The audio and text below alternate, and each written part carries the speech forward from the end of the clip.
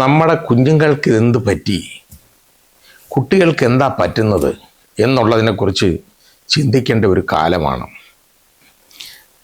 കുട്ടികൾ, അതായത് വളരെ ചെറിയ പ്രായം, കൗമാരപ്രായത്തിന് തുടക്കത്തിലുള്ള കുട്ടികൾ പോലും 13 നമ്മുടെ ടീനേജ് എന്ന് പറയുന്നത് തുടങ്ങുന്നത്. അത് മുതൽ 19 വരെ ഈ 13 വയസ്സുള്ള കുഞ്ഞുങ്ങളൊക്കെ പ്രത്യേക രീതിയിൽ പെരുമാറാൻ തുടങ്ങി എന്നുള്ളതാണ് നമ്മളെ വളരെ ഞെട്ടിപ്പിക്കുന്ന ഒരു കാര്യം. അത് പണ്ടൊക്കെ ഈ ആൺകുട്ടികളാണ് ഈ പ്രശ്നങ്ങളൊക്കെ ഉണ്ടാക്കുന്നത് എന്നുണ്ടെങ്കിൽ ഇപ്പോൾ അതൊക്കെ അങ്ങ് മാറിയിട്ട് പെൺകുട്ടികൾ പലപ്പോഴും പ്രശ്നങ്ങൾ സൃഷ്ടിക്കുകയാണ്. ഒരിക്കൽ ഒരു കുട്ടി മറ്റൊരു പെൺകുട്ടിയായിട്ട് വീട് വിട്ടിറങ്ങി, ട്രെയിനിൽ കയറി. അപ്പോൾ അതിന് അവസാനം അവരെ പിടികിട്ടി വീട്ടുകാർ വളരെ കഷ്ടപ്പെട്ടു. ഏതായാലും വളരെ വിഷമിച്ചു. ഏതായാലും പോലീസ് അവരെ കണ്ട് പിടിച്ചു കഴിഞ്ഞപ്പോൾ അവർ പറഞ്ഞ കഥകളെന്ന് പറയുന്നത് വളരെ വിചിത്രമായ കാര്യങ്ങളാണ്. വീട്ടിൽ ഉപദ്രവം എന്ന് അവർ മനസ്സിൽ പോലും കാണാത്ത കാര്യങ്ങളാണ് പറഞ്ഞു കൊടുത്തത്. അവസാനം അന്വേഷണത്തിൽ അതെല്ലാം കള്ളമാണെന്ന് മനസ്സിലായി. പിന്നെ അവർക്ക് ഒരുപാട് കൗൺസിലിംഗ് ഒക്കെ കൊടുക്കേണ്ടതായിട്ട് വന്നു. ഈ കൗൺസിലിങ്ങിൽ പോലും ഇപ്പം ഈ കുഞ്ഞുങ്ങൾ പലപ്പോഴും അവരെ തെറ്റിദ്ധരിപ്പിക്കുന്ന വിധത്തിലുള്ള കാര്യങ്ങൾ പറയും. ശരിയായ കൗൺസിലേഴ്സ് ആണെന്നുണ്ടെങ്കിൽ അവർക്കത് മനസ്സിലാക്കിയെടുക്കേണ്ടതാണ്. അതിന് വലിയ ബോധമൊന്നും ഉള്ളവരൊന്നും ആയിരിക്കത്തില്ല ഈ കൗൺസിലിംഗ് നടത്തുന്ന പലരും.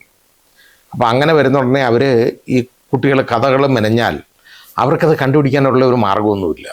അങ്ങനെ വരും. ഇപ്പോൾ നമ്മൾ കാണുന്നത് എന്താണെന്നറിയാം, ഇന്നലെ കണ്ട ഒരു വലിയ സംഭവം എന്ന് പറയുന്നത് പത്തനംതിട്ടയിൽ ഞെട്ടിക്കുന്നതാണ്. ഞാൻ അതിനെക്കുറിച്ചൊന്നും പറഞ്ഞതുപോലുമില്ല, കാരണം അത്ര സങ്കടമായി. ഒരു 13 വയസ്സുകാരി പെൺകുട്ടി അതിൻ്റെ സ്കൂളിൽ കൗൺസിലിങ്ങിൻ്റെ ആ കൗൺസിലിങ്ങിൽ വെളിവാക്കിയ കാര്യങ്ങൾ വളരെ ഞെട്ടലുണ്ടാക്കുന്ന കാര്യങ്ങളാണ്. അതിൻ്റെ സഹപാഠികളായ 10 കുട്ടികൾ അതിനെ പീഡിപ്പിച്ചു എന്നുള്ളതാണ് അത് പറഞ്ഞത്. ലൈംഗികമായിട്ട് പീഡിപ്പിച്ചു. അവിടുത്തെ ശുചിമുറിയിൽ വെച്ചും അതുപോലെ തന്നെ അതിൻ്റെ ഒരു കൂട്ടുകാരി, മറ്റൊരു സഹപാഠിയായിട്ടുള്ള ഒരു പെൺകുട്ടി, അതിൻ്റെ വീട്ടിൽ വെച്ചും പീഡിപ്പിച്ചു എന്നുള്ളതാണ്. അങ്ങനെ പറഞ്ഞു കഴിഞ്ഞപ്പോൾ പിന്നെ ആ പെൺകുട്ടിയും കൂടെ ഇത് ചേർക്കാതിരിക്കാൻ ഒക്കത്തില്ലല്ലോ. പോലീസ് പോക്സോ കേസുകൾ 2 രജിസ്റ്റർ ചെയ്തു. ഒന്ന് ഈ മറ്റ് ആൺകുട്ടികൾക്കും ഒക്കെ എതിരെ, ഇനി ഇതിന് കൂട്ടുനിന്നു എന്ന കാരണത്താൽ അതിൻ്റെ കൂട്ടുകാരി എന്ന് പറഞ്ഞ പെൺകുട്ടിയുടെയും പേരിൽ ഇത് കേസ് രജിസ്റ്റർ ചെയ്തു. അപ്പോൾ ഇതിനെ അത്രത്തോളം പീഡിപ്പിച്ചു. അതിന് വലിയ ഇത് ചാനലുകളൊക്കെ ഇന്നലെ വളരെ കാര്യമായിട്ട് അങ്ങ് പറയുമായിരുന്നു. അതായത് ഇതിനെ ഈ ഒരു 13 വയസ്സുകാരി ഈ രീതിയിൽ പീഡിപ്പിക്കപ്പെട്ടു, 13 വയസ്സുകാരി അങ്ങനെ വലിയ കുഴപ്പത്തിലായി എന്നൊക്കെയുള്ള രീതിയിലെല്ലാം പറഞ്ഞു. ഇതെല്ലാം പറഞ്ഞു കഴിഞ്ഞും ഇത് അവസാനം പോലീസ് എന്തായെന്നറിയോ, ഇതിനകത്ത് ഒരു 6 പേരെ കസ്റ്റഡിയിലെടുത്തു. അതിൽ 2 പേര് പ്രായപൂർത്തിയായവരാണ്. അവരുടെ കാര്യം ബുദ്ധിമുട്ടാണ്, കാരണം പോക്സോ കേസ് മുഴുവനായിട്ട് ഒരു ഫേസ് ചെയ്യേണ്ടതായിട്ട് വരും.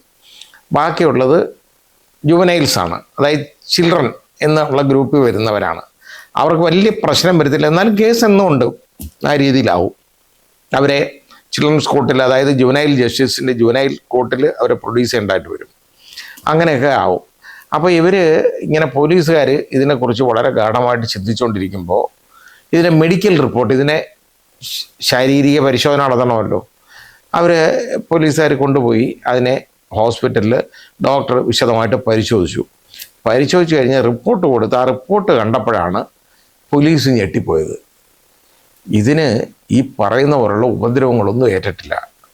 അതായത് അഗ്രവേറ്റഡ് പെനിട്രേറ്റീവ് സെക്ഷൽ അതായത് ഒഫൻസാണ് അത് പറഞ്ഞേക്കുന്നത്. Sexual assault, aggravated penetrative sexual assault. അത് വരണമെങ്കിൽ പെനിട്രേഷൻ വേണം. അത് ഈ 10 പേരൊക്കെ ഇതിനെ ഉപദ്രവിച്ചിട്ടുണ്ടെന്നുണ്ടെങ്കിൽ വളരെ ബുദ്ധിമുട്ടുകൾ ആ കുട്ടിക്കുണ്ടാവും. ശാരീരികമായിട്ടുള്ള ഒരുപാട് പ്രശ്നങ്ങളുണ്ടാവും. അത് മെഡിക്കൽ എവിഡൻസ് എന്ന് പറയുന്നത് അതിനകത്ത് വളരെ ഇമ്പോർട്ടൻ്റ് ആണ്. അല്ലെങ്കിലും ഇങ്ങനെ ഈ സെക്ഷൽ അസാൾട്ട് പറഞ്ഞു കഴിഞ്ഞാൽ ആ കേസിനകത്തെല്ലാം മെഡിക്കൽ എവിഡൻസിന് വളരെ പ്രാധാന്യമുണ്ട്. ഈ കുട്ടിയെ പരിശോധിച്ചു കഴിഞ്ഞപ്പോൾ ഡോക്ടർ പരിശോധിച്ചപ്പോൾ ആ റിപ്പോർട്ട് കൊടുത്തപ്പോഴാണ് പോലീസുകാർ ഞെട്ടിപ്പോയത്. ഇതിന് ഈ ശാരീരികമായിട്ട് യാതൊരു കുഴപ്പം പറ്റിയിട്ടില്ല. ഇതിന് സെക്ഷൽ അസാൾട്ടേ നടന്നിട്ടില്ല. പ്രത്യേകിച്ച് പെനിട്രേറ്റീവ് സെക്ഷൽ അസാൾട്ട് എന്ന് പറയുന്ന ഒരു കാര്യമേ നടന്നിട്ടില്ല. പിന്നല്ലേ അഗ്രവേറ്റഡ്. അപ്പോൾ അതോടുകൂടി പോലീസ് ആകെ വിഷമത്തിലായി. ഈ ചോദ്യം ചെയ്യാനായിട്ട് വിളിച്ചുകൊണ്ട് വന്ന കുട്ടികളെയൊക്കെ, ഇവരെ കുട്ടികളെന്നല്ല നമുക്ക് പറയാൻ പറ്റുള്ളൂ, ഈ പ്രായമുള്ളവരാണ്. അതായത് പ്രായപൂർത്തിയായവരെന്ന് പറയുന്നവർ ഈ 18 അങ്ങോട്ട് ജസ്റ്റ് കഴിഞ്ഞ ആളുകളാണ്. യുവന്മാരെയൊക്കെ അങ്ങ് പറഞ്ഞയച്ചു കേട്ടോ, നിങ്ങളെ ആവശ്യമുണ്ടെങ്കിൽ വിളിപ്പിക്കാം എന്ന് പറഞ്ഞയച്ചു. അപ്പോൾ ഇത് കഴിഞ്ഞ് ഈ കുട്ടിയെടുത്ത് വിശദമായിട്ട് അവർ കാര്യങ്ങൾ ചോദിച്ചപ്പോഴാണ് അവർക്ക് മനസ്സിലായത്, അതായത് ഇത് പ്രശ്നമൊന്നുമില്ല, ഇതിനൊരു പ്രേമനൈരാശ്യം കൊണ്ട് ചെയ്തതാണെന്ന്. എന്ന് പറഞ്ഞാൽ ഇതിന് അവിടെ ഉള്ള ഒരു പയ്യനുമായിട്ട് വളരെ അടുപ്പത്തിലായിരുന്നു, പ്രേമമാണ് അത്. ആ പയ്യൻ ഇങ്ങോട്ടൊന്നും ഉള്ളതല്ല, വൺ സൈഡഡാണ്, ഇതിൻ്റെ ഒരു പ്രേമമായിരുന്നു. പക്ഷേ അത് ശരിയായില്ല, ആ കാര്യം അതങ്ങോട്ട് ബലപ്പെട്ടില്ല. അത് കാരണം ആ പ്രേമ നൈരാശ്യം ഉണ്ടായിട്ട് ചെയ്ത പണിയായതെന്നാണ് പറഞ്ഞ്. ഒന്ന് ആലോചിച്ചു, ഇതിന് ആരെയൊക്കെ മനസ്സിൽ വിരോധമുണ്ടോ, ഇതങ്ങ് നെയ്തെടുത്ത കഥകളാണ് ഇത് മുഴുവൻ. അപ്പോൾ ആ വിരോധമുള്ളവരെ മുഴുവൻ ഇതിനകത്തങ്ങ് ചേർത്തു. അപ്പോൾ നോക്കിയപ്പോൾ സുഹൃത്തായ ഒരു പെൺകുട്ടി അതിനെയും കൂടെ പിടിച്ചു ചേർത്തു. പോലീസുകാർ ഇതിനെ മജിസ്ട്രേറ്റിനടുത്ത് കൊണ്ടുപോയി. മജിസ്ട്രേറ്റിനടുത്ത് ഇതുള്ള കാര്യങ്ങൾ മുഴുവൻ പറഞ്ഞ്, ഈ കൗൺസിലിങ്ങിൽ വെളിവാക്കിയ കാര്യങ്ങൾ മുഴുവൻ തെറ്റാണ്, അത് കള്ളക്കഥയാണ്, ഞാനത് വെറുതെ പറഞ്ഞതാണ് എന്ന് മുഴുവൻ അത് മജിസ്ട്രേറ്റിനടുത്ത് പറഞ്ഞു. അപ്പോൾ നമ്മൾ മനസ്സിലാക്കേണ്ട കാര്യം ഒന്ന് ആലോചിച്ച് നോക്കിയുള്ളൂ, ഇത് എന്താ ഈ ചെയ്യുന്നതെന്നൊക്കെ. ഈ കുട്ടികളൊക്കെ ഈ രീതിയിൽ എങ്ങനെ പെരുമാറുന്നു എന്ന് നമുക്ക് അതിശയമാണ്. കാരണം ഒരു ചെറിയ കാര്യം, അതായത് ഒന്നുമില്ല, അതിന് ഒരുത്തൻ്റെ അടുത്തൊരു ഇഷ്ടം തോന്നി, അവനത് നിരസിക്കുകയോ അല്ലെന്നുണ്ടെങ്കിൽ അവൻ ആ ഇഷ്ടം പ്രകടിപ്പിക്കുകയോ ചെയ്തില്ല. അപ്പോൾ അവന് വേറെ ആരെങ്കിലുമായിട്ട് എന്തെങ്കിലും താല്പര്യം ഉണ്ടായെന്ന് ഈ കുട്ടിക്ക് തോന്നിക്കാണും. തോന്നിയപ്പോൾ അതിൻ്റെ വൈരാഗ്യം വെച്ച് പെരുമാറിയതാണിത്. മുഴുവൻ കള്ളം പറഞ്ഞ് എത്ര പേരെ തെറ്റിദ്ധരിപ്പിച്ചു.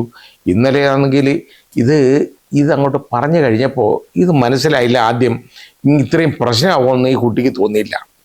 അതായത് ഇതങ്ങോട്ട് കൊളുത്തി വിട്ടപ്പോൾ ഇത് എല്ലാവരും ഏറ്റെടുക്കുന്നു. എല്ലാ ചാനലുകളും പത്തനംതിട്ടയിൽ ഒരു വലിയ കൊടിയ പീഡനത്തിൻ്റെ കഥ പുറത്തു വരുന്നു എന്ന് പറഞ്ഞ് ഇന്നലെ രാവിലെ മുതൽ നമസ്തേ കേരളം, അത് ഏഷ്യാനെറ്റിൻ്റെ, അതിൽ മുഴുവൻ കാണിച്ചു. മറ്റെല്ലാ ചാനലുകളിലും, മലയാളം ചാനലുകളും ഇത് പറഞ്ഞു. ഇതിൻ്റെ കുട്ടികളെ പറഞ്ഞില്ല, അതിൻ്റെ ഐഡൻറ്റിറ്റി അറിഞ്ഞൂടാ എന്നൊഴിച്ചാൽ സ്കൂളൊന്നും പറഞ്ഞിട്ടില്ല. പക്ഷേ ഇതൊരു വലിയ വാർത്തയായിട്ട് കേരളമാകെ അലയടിച്ചു. അതാണ് പ്രശ്നം. ഇത് കഴിഞ്ഞപ്പോഴാണ് നമ്മൾ അതായത് മെഡിക്കൽ റിപ്പോർട്ട് വന്നു കഴിഞ്ഞപ്പോഴാണ് മനസ്സിലായത് ഇത് മുഴുവൻ കള്ളത്തരമാണെന്ന്. അപ്പോൾ ഈ സ്കൂളിൽ നടത്തിയ കൗൺസിലിംഗ് ഉണ്ടല്ലോ, അവിടെ ഇങ്ങനെ കൗൺസിലിംഗ് ഇടയ്ക്കിടയ്ക്കുള്ളത്, ആ കൗൺസിലിങ്ങിൽ ഈ കുട്ടി പറഞ്ഞാണ്. ആ നടത്തുന്നവൻ്റെ യോഗ്യത ഒന്ന് ആലോചിച്ച് നോക്കുള്ളൂ, അല്ലെ നടത്തുന്ന സ്ത്രീ ആരാന്ന് വെച്ചാൽ അവരുടെ ഇത് കള്ളം പറഞ്ഞാണെന്ന് മനസ്സിലാക്കാനുള്ള കഴിവ് പോലും ഇല്ലാത്തവരാണ് ഈ കൗൺസിലിംഗ് നടത്തുന്നത്. എന്ത് കൗൺസിലിംഗ് ചിന്തിക്കണം. അത് അവസാനം മജിസ്ട്രേറ്റിനടുത്ത് മുഴുവനായിട്ട് ഈ കാര്യം സത്യം അങ്ങ് പറഞ്ഞു. എനിക്കിങ്ങനെ തോന്നിയതാണ്, അതുകൊണ്ട് പറ്റിപ്പോയതാണെന്ന് പറഞ്ഞു കഴിഞ്ഞ് തടി തപ്പി.